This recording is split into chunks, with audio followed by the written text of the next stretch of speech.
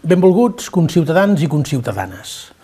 M'adreço a tots vosaltres en el tradicional discurs de cap d'any en les circumstàncies més inversemblants imaginables.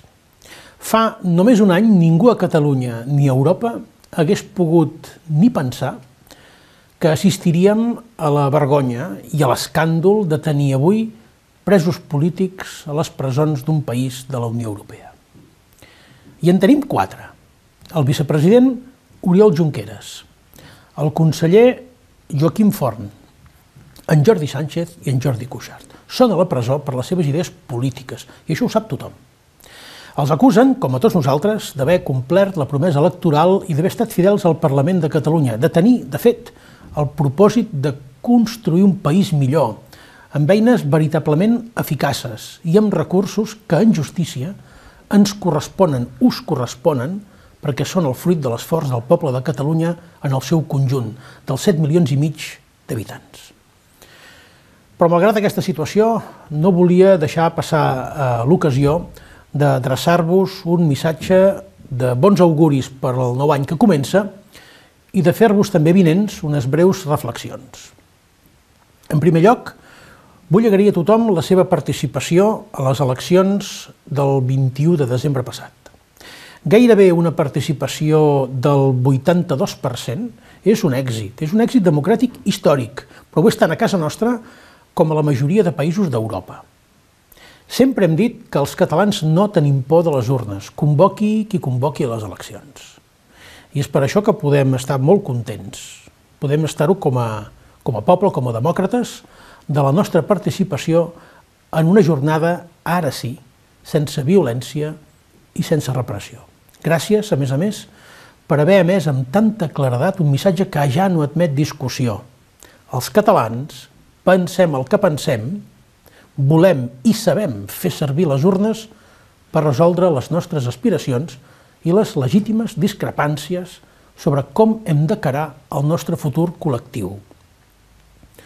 Som un poble democràticament madur, que s'ha guanyat el dret a fer-se a si mateix com a república d'homes i dones lliures. En segon lloc, vull posar de relleu que el govern espanyol té al seu davant una nova oportunitat de comportar-se com la democràcia europea que assegura ser i, per tant, de reconèixer els resultats de les eleccions d'aquest 21 de desembre i, conseqüentment, de començar a negociar políticament amb el govern legítim de Catalunya. Els ciutadans catalans i els ciutadans espanyols així ho esperen, però també ho esperen molts ciutadans europeus i els seus governs i les seves institucions. Molts ciutadans esperem que, fracassada la recepta de la violència, de la repressió i de la liquidació de l'autogovern, comenci finalment l'era del diàleg i la negociació que venim reclamant des de fa tants anys. El president Rajoy va proposar als socis de la Unió Europea una solució ràpida i indolora, un remei gairebé miraculós que resoldria el plet català abans de Nadal. Supressió de les institucions catalanes legítimes i democràtiques, intervenció de la Generalitat i convocatòria exprés de les eleccions al Parlament i, naturalment, una victòria electoral dels partits constitucionalistes que formarien un govern autonòmic, dòcil i conformista. Doncs no. La darrera part no només no ha sortit com ell somiava, sinó que el seu partit ha quedat relegat a la darrera posició i el govern que presideixo pot mantenir el suport parlamentari de què ha gaudit. Els responsables d'aquesta recepta els hem de preguntar de què ha servit tanta repressió. De què ha servit perjudicar el poble de Catalunya amb la paràlisi que ha significat el 155 i que ha perjudicat tothom?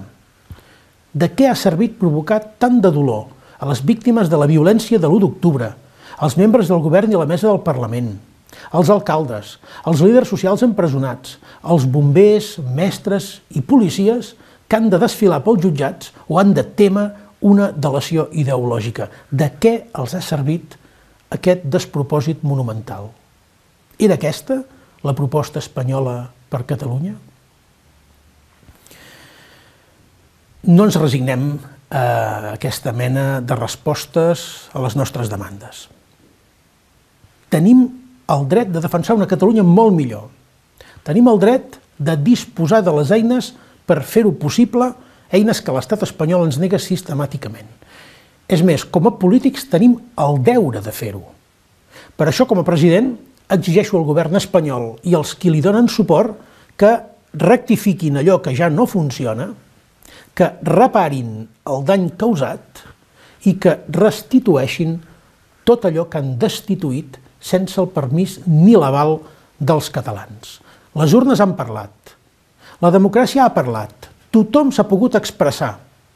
A què espera el president Rajoy a acceptar els resultats, a acceptar la voluntat dels catalans? D'aquí un any, el discurs de cap d'any del president de la Generalitat es farà, com no podia ser d'una altra manera, al Palau de la Generalitat, ben a prop de tots els treballadors i treballadores de l'administració catalana que avui suporten la intervenció barroera i a qui vull encoratjar a continuar servint al nostre poble amb la mateixa eficàcia de sempre. Fins aleshores, us desitjo de tot cor que l'any que ara comença dugui aparellades les millors perspectives per a tothom i en tots els àmbits. Espero que sigui un any pròsper, un any de progrés i un any d'harmonia en què gaudim dels valors fundacionals de la República: llibertat, igualtat i fraternitat. Moltes gràcies i bon any 2018 per a tothom.